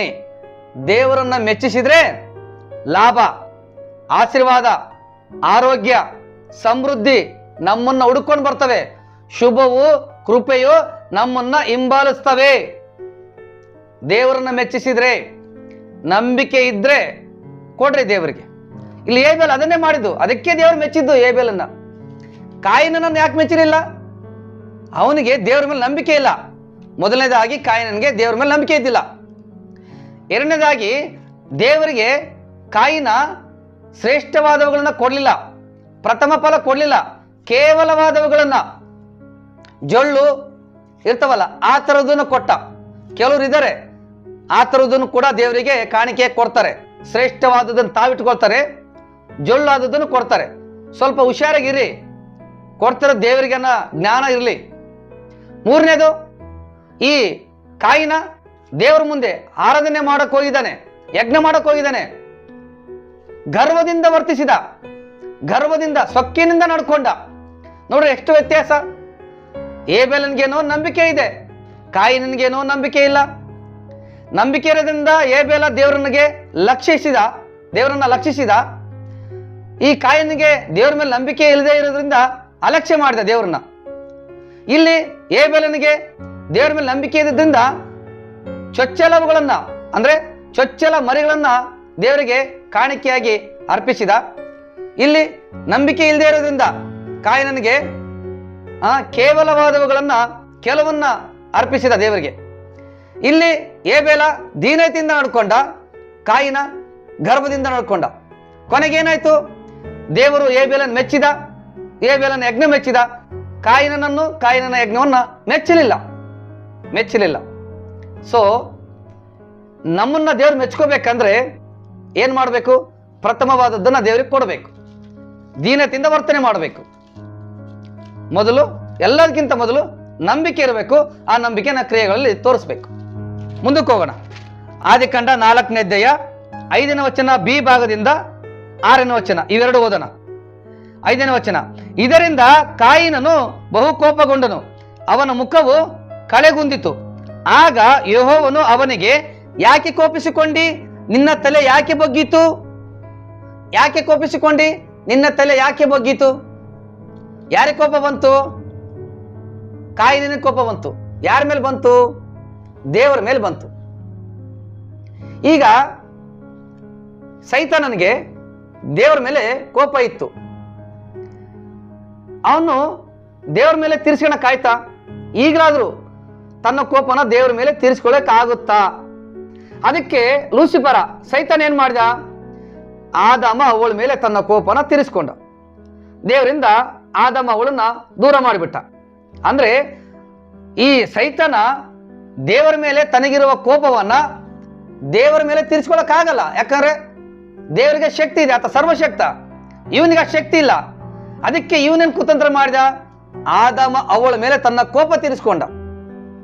ಅದೇ ರೀತಿಯಾಗಿ ಇಲ್ಲಿ ಈ ಕಾಯಿನ ಏಬೇಲ, ಕಾಯಿನನಿಗೆ ದೇವರ ಮೇಲೆ ಕೋಪ ಬಂತು. ನನ್ನ ಕಾಣಿಕೆ ಮೆಚ್ಚಲಿಲ್ಲ ದೇವರಂತ. ಅದಕ್ಕೆ ಅವನ ಮುಖ ಸಪ್ಪೆ ಆಯ್ತು, ತಲೆ ಬಗ್ಗಿಸ್ಕೊಂಡು ಹೋದ. ಅವನಿಗೆ ಅರಿವಾಯ್ತು ನಾನು ಒಳ್ಳೆ ಕಾರ್ಯ ಮಾಡಿಲ್ಲ ಅಂತ. ಸೊ ದೇವರ ಮೇಲೆ ಕೋಪ ಇದೆ ಕಾಯಿನನಿಗೆ. ಆ ಕೋಪ ದೇವರ ಮೇಲೆ ತೀರ್ಸ್ಕೊಳಕ್ಕಾಗುತ್ತಾ? ದೇವರಿಗೆ ತಿರುಗಿ ಬೀಳಕ್ಕಾಗುತ್ತಾ? ಆಗಲ್ಲ. ಅದಕ್ಕೆ ಕಾಯಿನ ಏನ್ ಮಾಡಿದ? ಆ ಕೋಪದಿಂದ ಹೊಟ್ಟೆ ಒಳಗಡೆ ಹೊಟ್ಟೆ ಕಿಚ್ಚಿ ಇತ್ತು, ಕ್ರೋಧ, ಅಸೂಯೆ, ಸಹಿಸ್ಕೊಳಕ್ ಆಗ್ತಿಲ್ಲ, ನನ್ನ ತಮ್ಮನ ದೇವ್ರು ಮೆಚ್ಚಿಬಿಟ್ಟಲ್ಲ ಅಂತ. ಅದಕ್ಕೆ ಈ ಕಾಯಿನ ತನ್ನ ಕೋಪನ ತಮ್ಮನ ಮೇಲೆ ತೀರ್ಸ್ಕೊಂಡ. ತಮ್ಮನ ಮೇಲೆ ಬಿದ್ದು ಕೊಲೆ ಮಾಡ್ದ, ತಮ್ಮನ್ನ ಸಾಯಿಸಿಬಿಟ್ಟ. ಯಾರು? ಕಾಯಿನ. ನೋಡ್ರಿ, ಕೆಲವರು ಕುಟುಂಬದಲ್ಲಿ ಇದನ್ನ ಹೇಳ್ತಾ ಇದ್ರೆ ನನಗೂ ಕೂಡ ಎಲ್ಲೋ ಒಂದ್ಸರಿ ಒಂದು ಕಡೆ ಚುಚ್ಚಿದಂಗ ಆಗುತ್ತೆ. ಏನಂದ್ರೆ ಸತ್ಯ ಒಪ್ಕೋಬೇಕು. ಸತ್ಯ ಒಪ್ಕೊಳ್ಳೋನಿಗೆ ಧೈರ್ಯ ಇರಬೇಕು. ಅವಾಗ್ಲೇ ಯಥಾರ್ಥವಂತ ಅನ್ನೋದು. ಏನಪ್ಪ ಅಂದ್ರೆ ಹೊರಗಡೆ ಜನಗಳು ಮೇಲೆ ಕೋಪ ಇರುತ್ತೆ, ಯಾರ ಮೇಲೋ ಕೋಪ ಇರುತ್ತೆ. ಕೆಲವೊಂದು ಟೈಮಲ್ಲಿ ಮನುಷ್ಯರು ಏನ್ ಮಾಡ್ತಾರೆ? ಹೆಂಡತಿ ಮೇಲೆ, ಮಕ್ಕಳ ಮೇಲೆ ತೋರಿಸ್ತಿರ್ತಾರೆ. ಅವ್ರ ಮೇಲೆ ತೋರ್ಸಕ್ ಆಗಲ್ಲ. ಅದಕ್ಕೆ ಫ್ಯಾಮಿಲಿಯಲ್ಲಿ ಅವರು ಆ ಕೋಪನ ತೋರಿಸ್ಕೊಳ್ತಿರ್ತಾರೆ. ಇದ್ರಲ್ಲಿ ನಾನು ಕೂಡ ಇದ್ದೀನಿ. ಕೆಲವೊಂದು ಟೈಮಲ್ಲಿ ಮಾಡಿದ್ದೀನಿ. ಈಗ ಅರಿವಾಗಿದೆ. ಅರಿವು ಆಗಬೇಕು.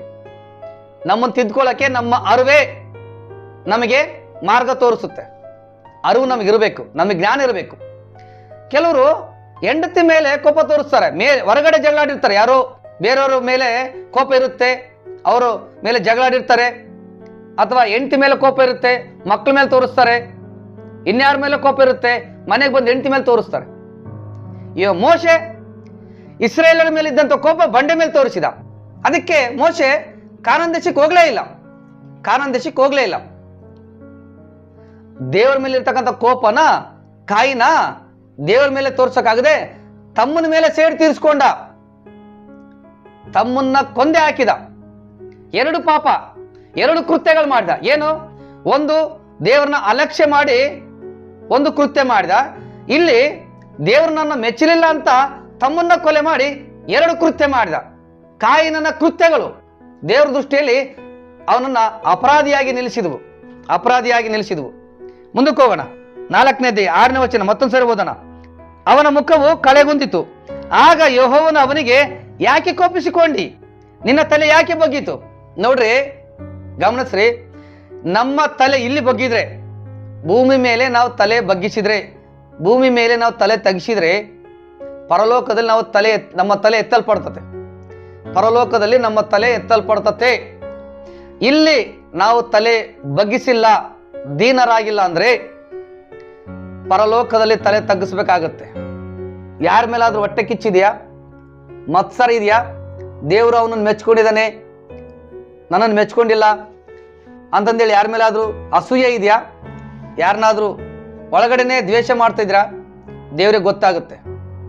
ಒಳಗಡೆ ಕೋಪ ಇಟ್ಕೊಂಡಿದ್ರೆ ದೇವ್ರಿಗೆ ಗೊತ್ತಾಗುತ್ತೆ. ಅಲ್ಲಿ ತಲೆ ತಗ್ಗಿಸ್ಬೇಕಾಗತ್ತೆ. ಬೇಡ, ಆ ಹೊಟ್ಟೆ ಕಿಚ್ಚು ಮತ್ಸರನ ಇಲ್ಲೇ ಬಿಟ್ಬಿಡೋಣ. ಯಾರ ಮೇಲೋ ಕೋಪನ ಯಾರ ಮೇಲೆ ತೋರ್ಸೋದು ಬೇಡ, ಬಿಟ್ಬಿಡೋಣ. ಇಲ್ಲಾಂದ್ರೆ ಅಲ್ಲಿ ತಲೆ ತಗ್ಸಿದ್ರೆ ಇಡೀ ಲೋಕದ ಜನ ಅಲ್ಲಿ ನಿಂತಿರ್ತಾರೆ. ಬಹಳ ಜಾಗೃತಿಯಿಂದ ನಾವು ಈ ಭೂಲೋಕದಾಗ ಜೀವನ ಮಾಡಬೇಕು. ಮುಂದಕ್ಕೆ ಹೋಗೋಣ. ಆದಿಕಾಂಡ 4ನೇ ಅಧ್ಯಾಯ 7ನೇ ವಚನ. ಒಳ್ಳೆ ಕೆಲಸ ಮಾಡಿದರೆ ನಿನ್ನ ತಲೆ ಎತ್ತಲ್ಪಡುವುದಲ್ಲವೇ? ಅಲ್ಲದಿದ್ದರೆ ಪಾಪವು ನಿನ್ನನ್ನು ಹಿಡಿಯಬೇಕೆಂದು ಬಾಗಿಲಲ್ಲಿ ಹೊಂಚಿಕೊಂಡಿರುವುದು. ಆದರೂ ನೀನು ಅದನ್ನು ವಶ ಮಾಡಿಕೊಳ್ಳಬೇಕು ಎಂದು ಹೇಳಿದನು. ಪಾಪ ಮನೆ ಮುಂದೆ ಹೊಂಚಾಕಿದೆ. ಯಾರ ಮನೆ ಮುಂದೆ? ಕಾಯಿನನ ಮನೆ ಮುಂದೆ. ಪಾಪ ಮನೆ ಮುಂದೆ ಹೊಂಚಾಕಿದೆ ಅಂದ್ರೆ ಕಾಯಿನ ಹೊರಗಡೆ ಬಂದಾಗ ಯಾರು ವಶ ಮಾಡ್ಕೋಬೇಕು? ಪಾಪ ಕಾಯಿನನನ್ನ ವಶ ಮಾಡ್ಕೋಬೇಕು. ಆದ್ರೆ ದೇವ್ರೇನ್ ಹೇಳ್ತದಾನೆ? ಕಾಯಿನನೇ, ನೀನೇ ಪಾಪವನ್ನು ವಶ ಮಾಡಿಕೊಳ್ಳಬೇಕಂತ ಹೇಳ್ತಾನೆ ದೇವ್ರು. ನೋಡ್ರಿ, ಅವನು ಮಾಡಿದಂತ ಕೃತ್ಯಗಳು, ಪಾಪಗಳು, ಅವನ ಒಳಗಡೆ ಕೆಟ್ಟವನಿದ್ದಾನೆ. ಯಾರೊಳಗಡೆ? ಕಾಯಿನನ ಒಳಗಡೆ. ಪಾಪ ಬಾಗಿಲು ಕಾಯ್ತಾ ಇದೆ. ದೇವರೇ ಹೇಳ್ತಾನೆ, ಒಳ್ಳೆ ಕೆಲಸ ಮಾಡಿದ್ರೆ ತಲೆ ಎತ್ತಲ್ಪಡ್ತಿತ್ತಲ್ಲ. ಹೌದು, ಅದು ಸತ್ಯ. ನಾವು ಒಳ್ಳೆ ಕೆಲಸ ಮಾಡಿದ್ರೆ ಪರಲೋಕದಲ್ಲಿ ಎಲ್ಲ ಜನರ ಮುಂದೆ, ದೇವರ ಮುಂದೆ, ದೇವದೂತರ ಮುಂದೆ ನಮ್ಮ ತಲೆ ಎತ್ತಲ್ಪಡ್ತತೆ. ನಾವು ಒಳ್ಳೆ ಕೆಲಸ ಮಾಡಿಲ್ಲ ಅಂದ್ರೆ ಇಡೀ ಲೋಕದವರ ಮುಂದೆ, ದೇವರ ಮುಂದೆ, ದೂತರ ಮುಂದೆ, ನಮ್ಮ ಬಂಧುಗಳ ಮುಂದೆ, ಸಭೆ ಮುಂದೆ, ಸಭೆ ಮಕ್ಕಳ ಮುಂದೆ, ಸೇವಕರ ಮುಂದೆ ತಲೆ ತಗ್ಗಿಸುವಂತ ಪರಿಸ್ಥಿತಿ ಬರ್ತತೆ. ತಲೆ ತಗ್ಗಿಸುವಂತ ಪರಿಸ್ಥಿತಿ ಬರ್ತತೆ. ಅದಕ್ಕೆ ಕೆಲವೊಂದು ವಿಷಯಗಳಲ್ಲಿ ಜಾಗೃತಿಯಿಂದ ವರ್ತಿಸಬೇಕು. ಒಳ್ಳೆ ಕೆಲಸ ಮಾಡಿದ್ರೆ ಕಾಯಿನನ ತಲೆ ಎತ್ತಲ್ಪಡ್ತಿತ್ತು. ಒಂದೇ ಪಾಯಿಂಟ್ ಇಲ್ಲಿ, ಇವನು ಶ್ರೇಷ್ಠವಾದದ್ದನ್ನು ತಂದು ಕೊಟ್ಟಿದ್ರೆ ಅದು ಒಳ್ಳೆ ಕೆಲಸ ಆಗ್ತಿತ್ತು. ಪ್ರಥಮ ಫಲ ಕೊಡೋದು ದೇವರ ದೃಷ್ಟಿಯಲ್ಲಿ ಒಳ್ಳೆ ಕೆಲಸ ಅಂತ ದೇವರ ವಾಕ್ಯನೇ ಹೇಳ್ತಾ ಇದೆ. ನಿನ್ನ ತಲೆ ಎತ್ತಲ್ಪಡ್ಬೇಕಂದ್ರೆ ಅದನ್ನ ಮಾಡು, ಒಳ್ಳೆ ಕೆಲಸ ಮಾಡು. ಯಾವುದು ಒಳ್ಳೇದು, ವಾಕ್ಯ ಏನ್ ಹೇಳುತ್ತೆ ಇವತ್ತು, ಏನ್ ತಿಳ್ಕೊಂಡಿಯೋ ಅದನ್ನ ಮಾಡು. ಓಕೆ, ನಾನು ಕೂಡ, ಈವನ್ ಮೀ ಆಲ್ಸೋ. ಈಗ ನಿಮ್ಗೊಂದು ಉದಾಹರಣೆ ಹೇಳ್ತೀನಿ. ಈಗ ನಿಮ್ಮ ಮನೆಗಳಲ್ಲಿ ಮಟನ್ ಮಾಡಿರಿ ಅಂತ ಇಟ್ಕೊಳ್ಳೋಣ. ಮಟನ್ ಸಾರು, ಬಿರಿಯಾನಿನೋ ಏನೋ ಮಾಡಿದಿರಿ ಅಂತ ಇಟ್ಕೊಳ್ಳೋಣ. ಈಗ ನಾಯಿಗಳು, ಬೀದಿ ನಾಯಿಗಳು, ಓಕೆನಾ, ಅದರ ಸ್ಮೆಲ್ಗೆ ಮನೆ ಬಾಗ್ಲ ಹತ್ರ ಬಂದು ಕಾಯ್ತಾ ಇರ್ತವೆ. ನಮ್ಮ ಮನೆ ಹತ್ರ ಆಗ್ಬೋದು, ನಿಮ್ಮ ಮನೆ ಹತ್ರ ಆಗ್ಬೋದು. ಕರೆಕ್ಟ್ ಅಲ್ವಾ? ಇವ್ರ ಮನೆಯಲ್ಲಿ ಮಟನ್ ಮಾಡಿದ್ದಾರೆ, ಹೇಗೂ ಇವರು ಕಂಡ ಹಾಕಿಲ್ಲ ಅಂದ್ರೂ ಪರವಾಗಿಲ್ಲ, ಮೂಳೆನಾದ್ರೂ ಹಾಕ್ತಾರೆ, ಒಂದು ಪೀಸ್ ಆದ್ರೂ ಸಿಗುತ್ತೆ.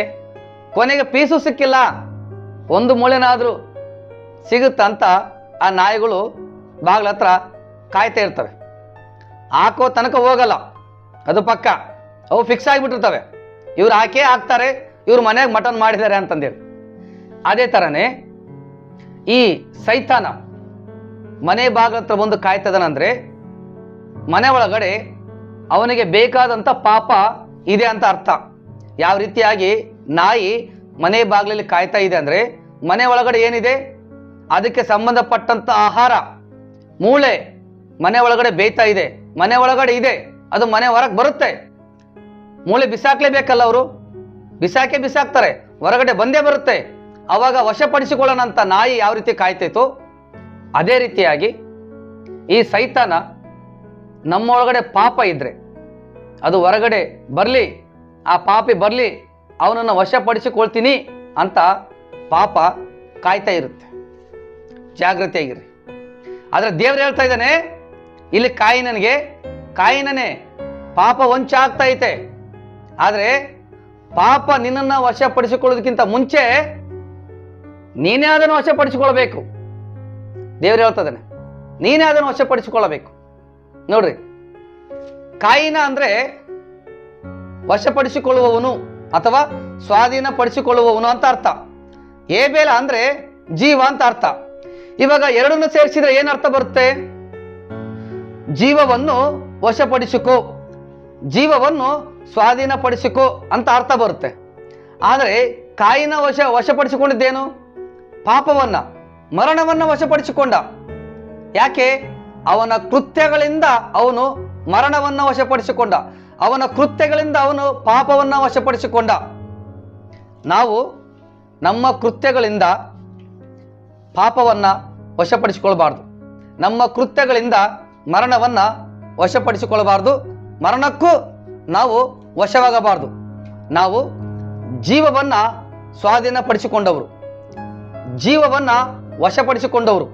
ಆ ಜೀವ ಯೇಸು ಕ್ರಿಸ್ತನಿಂದಲೇ ನಮಗೆ ಸಿಕ್ಕಿದೆ, ಅದನ್ನ ಕಾಪಾಡಿಕೊಳ್ಳೋಣ. ಪಾಪ ಮಾಡೋದು ಬೇಡ. ದೇವರನ್ನ ಅಲಕ್ಷ್ಯ ಮಾಡೋದು ಬೇಡ. ನಂಬಿಕೆ ಇಟ್ಟಿದ್ದೀವಾ, ಆ ನಂಬಿಕೆಯನ್ನ ಕ್ರಿಯೆಗಳಲ್ಲಿ ತೋರಿಸೋಣ. ಸೊಕ್ಕಿನಿಂದ ಮೆರೆಯೋದು ಬೇಡ. ದೀನರಾಗಿ ಆರಾಧನೆ ಮಾಡೋಣ. ದೀನರಾಗಿ ದೇವರ ಮುಂದೆ ವರ್ತನೆ ಮಾಡೋಣ. ನಾವು ಮೊದಲು ಕೆಡಕನಿಂದ ಹುಟ್ಟಿದ್ವಿ, ಆದರೆ ಈಗ ನಾವು ದೇವರಿಂದ ಹುಟ್ಟಿದವರಾಗಿದ್ದೀವಿ.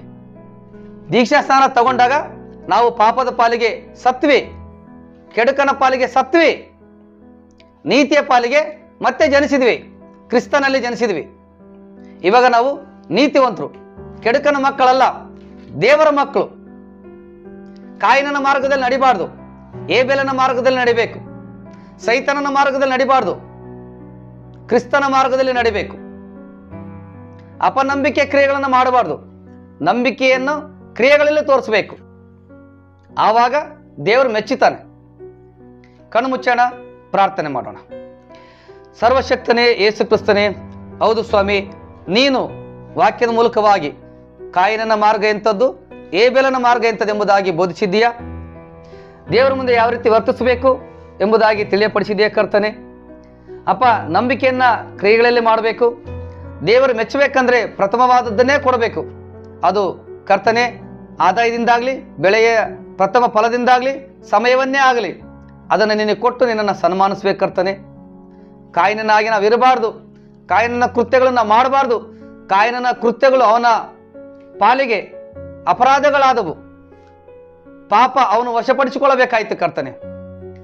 ಅವನ ಕೃತ್ಯಗಳು ಕೆಟ್ಟವುಗಳಾದದ್ದರಿಂದ, ತಮ್ಮನ ಕೃತ್ಯಗಳು ನೀತಿ ಉಳ್ಳವುಗಳಾದದ್ರಿಂದ ತಮ್ಮನನ್ನು ಕೊಂದಾಕಿದ ಸ್ವಾಮಿ. ನಾವು ಆ ರೀತಿಯಾಗಿ ಯಾರನ್ನೂ ದ್ವೇಷ ಮಾಡದೆ, ದೇವರನ್ನು ಅಲಕ್ಷ್ಯ ಮಾಡದೆ, ಅಪ್ಪ ನೀತಿಯಿಂದ ನಡ್ಕೊಳ್ಬೇಕು ಅಂತ ನೀನಿವತ್ತು ವಾಕ್ಯದ ಮೂಲಕವಾಗಿ ಕಲಿಸಿಕೊಟ್ಟಿದ್ಯಾ. ಅದಕ್ಕಾಗಿ ನಿನಗೆ ಸ್ತೋತ್ರವಾಗಲಿ ಸ್ವಾಮಿ. ಈ ವಾಕ್ಯವನ್ನು ಕೇಳಿದಂಥವರ ಪ್ರತಿಯೊಬ್ಬರನ್ನ, ಈ ವಾಕ್ಯವನ್ನು ಆಲಿಸಿದಂಥ ಪ್ರತಿಯೊಬ್ಬರನ್ನ ಆಶೀರ್ವಾದ ಮಾಡು. ಅವರ ಪ್ರಾರ್ಥನೆ, ಮನವಿ, ವಿಜ್ಞಾಪನೆಗಳೆಲ್ಲ ನೆರವೇರಿಸು. ಅವರ ಕೊರತೆಗಳನ್ನೆಲ್ಲ ನೀಗಿಸು. ಹೌದು ಕರ್ತನೆ, ಯಾರಾದರೂ ರೋಗ ರುಜಿನ ಕಾಯಿಲೆಯಲ್ಲಿದ್ದರೆ ವಾಸಿ ಮಾಡು ಸ್ವಾಮಿ ಕರ್ತನೆ. ನನ್ನನ್ನು ಕೂಡ ಜ್ಞಾಪಕ ಮಾಡಿಕೊ. ಈ ವಾಕ್ಯ ಕಾರ್ಯ ಮಾಡಲಿ ಸ್ವಾಮಿ ಕರ್ತನೆ. ನೀನು ತಿರುಗಿ ಬರುವಾಗ ನಮ್ಮೆಲ್ಲರನ್ನೂ ಜ್ಞಾಪಕ ಮಾಡಿಕೊ ಕರ್ತನೆ. ನಮ್ಮನ್ನು ನಾವು ತಗ್ಗಿಸಿಕೊಂಡು ನಿನ್ನ ನಾಮವನ್ನೇ ಮೇಲೆತ್ತುತ್ತಾ ಯೇಸು ಕ್ರಿಸ್ತನ ನಾಮದಲ್ಲಿ ಪ್ರಾರ್ಥಿಸ್ತೇವೆ ತಂದೆಯಾದ ಪರಲೋಕದ ದೇವರೇ. ಆಮೇನ್, ಆಮೇನ್, ಆಮೇನ್. Praise the Lord. ದೇವರು ನಿಮ್ಮೆಲ್ಲರನ್ನ ಆಶೀರ್ವಾದ ಮಾಡಲಿ. ನನಗಾಗಿ ಪ್ರಾರ್ಥನೆ ಮಾಡಿ. ಬಾಯ್.